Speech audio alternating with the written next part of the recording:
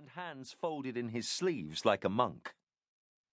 The students lowered their burden to the ground and looked at Bartholomew expectantly. He arranged some ropes and the coffin was lowered into the ground. He nodded to Cynric and the other book-bearers to start to fill in the grave, and, taking a last look, he turned to go home. "Friends and colleagues," began Wilson in his rich, self-important voice.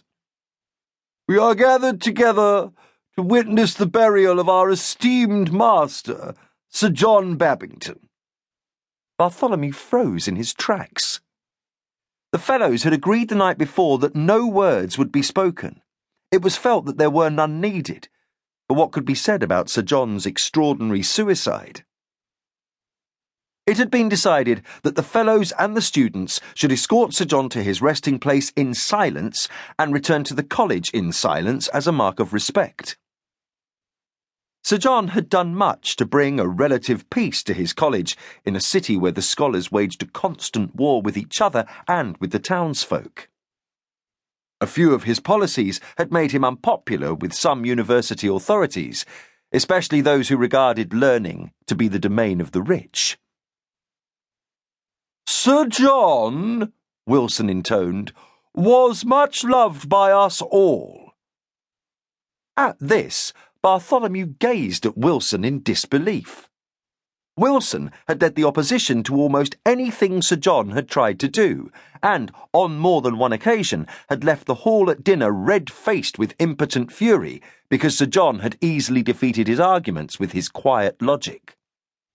"He will be sorely missed," continued Wilson, looking down mournfully as Cynric shovelled earth.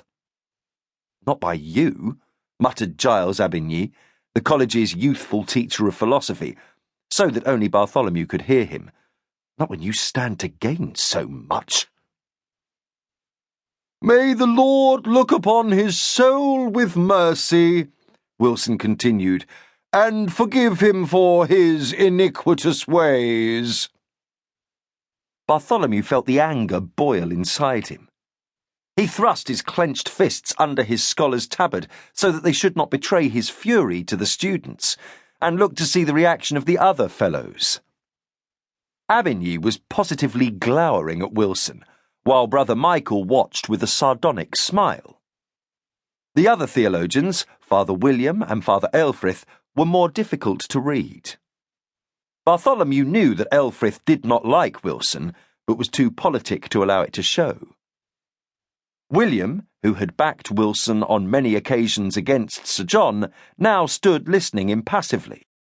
The last two fellows, Roger Alcott and Robert Swimford, who taught the subjects of the quadrivium, nodded at Wilson's words.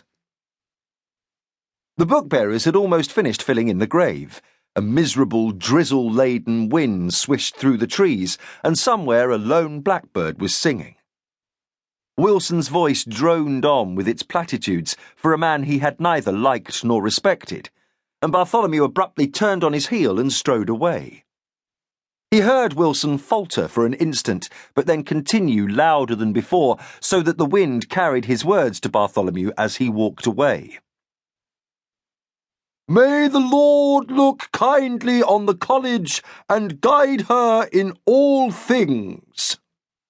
Bartholomew allowed himself a disgusted snort.